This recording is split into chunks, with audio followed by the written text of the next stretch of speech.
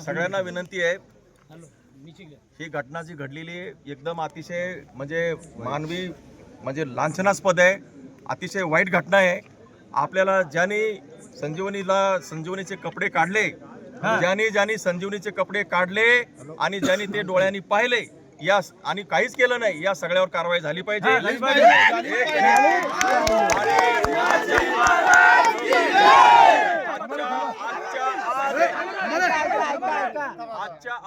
आजच्या आज जे दोषी आहे त्याला ताबडतोब उचलायचं आणि संबंधितावर कारवाई आजच्या आज झाली तरच हा इथं शांतता राहील, नाही तर राहणार नाही, सगळे वातावरण बिघडेल। म्हणून पोलिसाला माझी विनंती आहे की आता कोणी एफआयआर देणार नाही।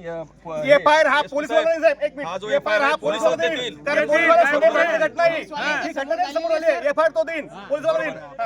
बाहेरच्या गाड्या अडवलेल्या आज येऊ दे।